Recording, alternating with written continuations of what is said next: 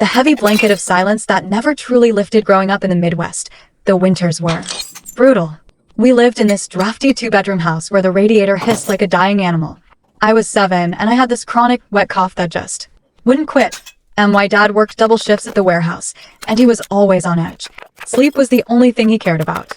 I remember lying there in the dark, trying to swallow the tickle in my throat, praying I wouldn't make a sound. But then, the first cough would slip out. Then another. I'd hear his heavy boots hitting the floorboards. He'd walk into my room, but he didn't bring medicine. He brought the heavy blanket.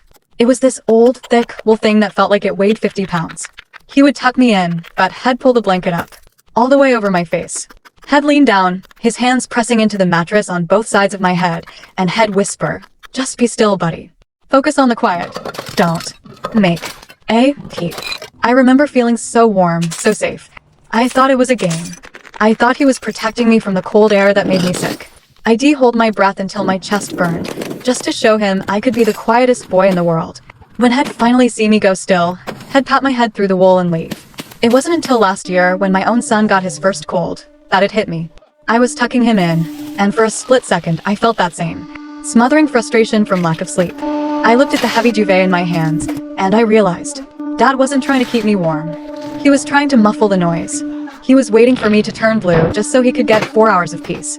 Now, every time it snows, I can still feel the weight of that wool pressing down on my nose, and I can't quite breathe.